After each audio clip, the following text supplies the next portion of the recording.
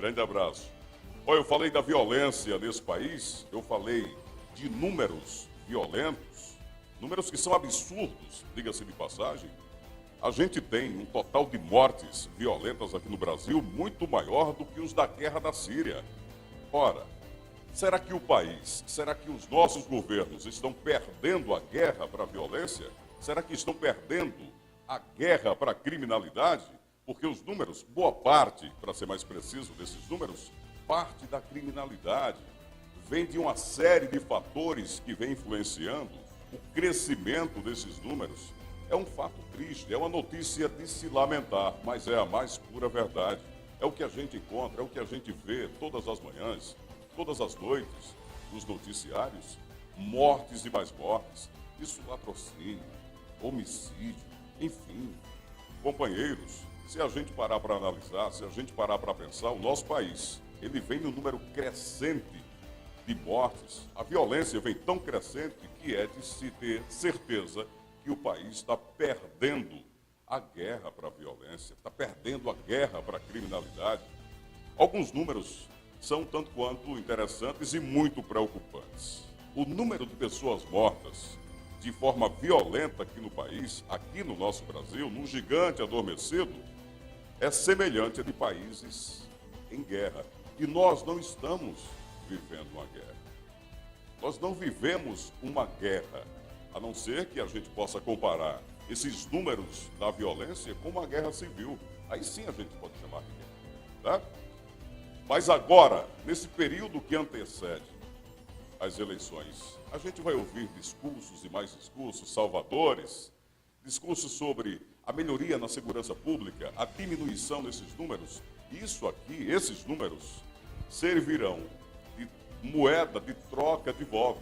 Pode ter certeza, sabe por quê? Porque o cidadão, a partir do momento que ele passa a temer um número ainda maior de mortes, ele vai se apegar a quem tem a obrigação de resolver, nossos governantes.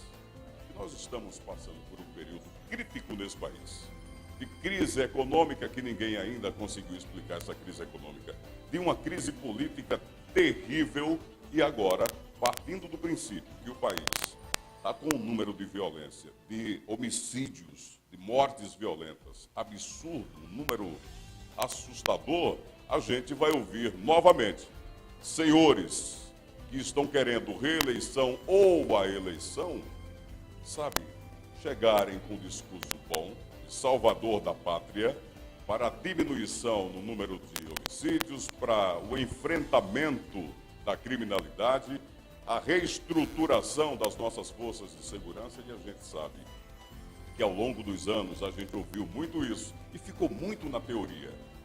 Ao longo dos anos, os discursos apenas se renovam, alguns se repetem, mas que na prática é totalmente diferente do que a gente tem o hábito de ouvir em palanque. Essa é uma realidade que a gente vive no país. O povo brasileiro, passando por problemas como este que eu trouxe aqui, números absurdos na violência, e quando se aproxima um período eleitoral, quando se aproxima o dia da gente depositar obrigatoriamente o voto naqueles que a gente acha que vão nos representar, os discursos começam a se renovar. É triste, mas é verdade. Eu estava ouvindo recentemente um pré-candidato dizer que através da educação vai diminuir a violência. Mas não vai de forma nenhuma. Isso aí é um fato. Até porque a gente sabe que quem quer estudar, quem tem a vontade, o desejo de se formar, de ser alguém na vida, os meios já existem. Não precisa que se abra mais oportunidade, porque as oportunidades já estão batendo a porta daqueles que querem estudar. Então, através da educação, não vai se diminuir a violência. Não.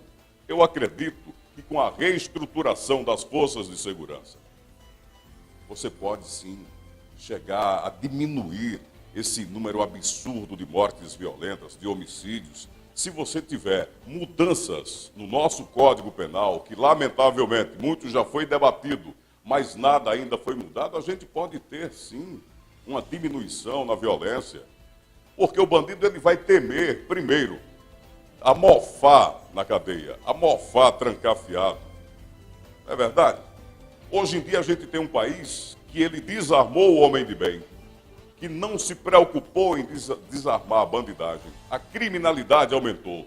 As forças de segurança, me refiro às nossas polícias, principalmente a polícia militar, é uma polícia ostensiva, é quem está na rua, é quem vai pegar, quem vai correr atrás de bandido, quem vai prender. Polícia com um número reduzido de homens nas ruas, um contingente extremamente reduzido. A prova disso é o estado da Paraíba, é o nosso estado. A gente tem a necessidade de 18 mil policiais. Temos aproximadamente 9. É um número extremamente insuficiente.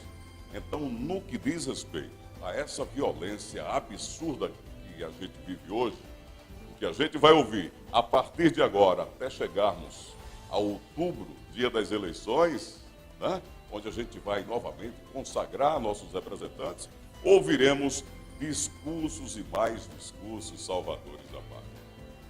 Ouviremos nossos deputados federais, a busca pela reeleição, fazendo novamente seus discursos, aqueles que estão ainda buscando uma vaga, os pré-candidatos, a preço de hoje, nesse período pré-eleitoral, fazendo discursos que estarão lutando pela segurança pública, pela diminuição da segurança.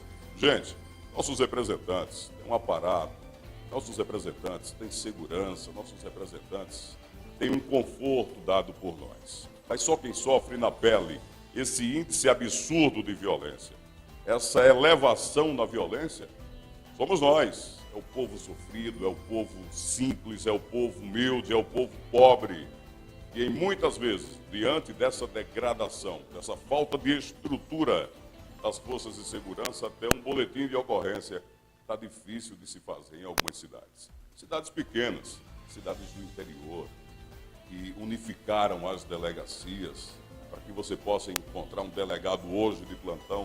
É difícil, pela forma que a divisão foi feita, várias e várias cidades para um delegado só. Ou seja, para que a gente possa ter uma diminuição na violência, uma redução na violência nesse país, se faz necessário não só a educação, como muitos colocam como ponto principal para a redução da violência, mas se faz necessário a reestruturação das forças de segurança.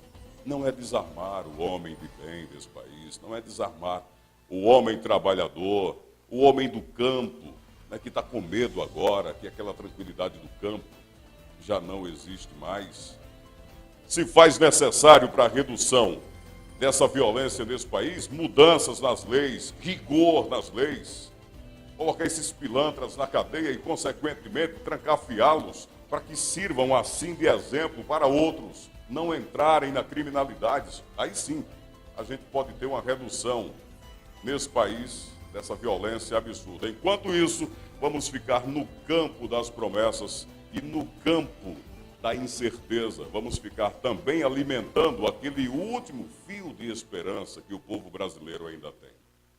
Nós, brasileiros, temos ainda o último fio de esperança. A gente acredita que esse gigante adormecido que é o país, ele possa um dia superar essas dificuldades e que possamos ter mais homens de bem representando esse povo no nosso Congresso, nas assembleias legislativas, nas nossas câmaras municipais, seja no Poder Legislativo, no Executivo. Eu sei que tem muitos pilantras enganando a população, mas ainda há homens de bem. Há muitos e muitos homens de bem e mulheres de bem militando na política.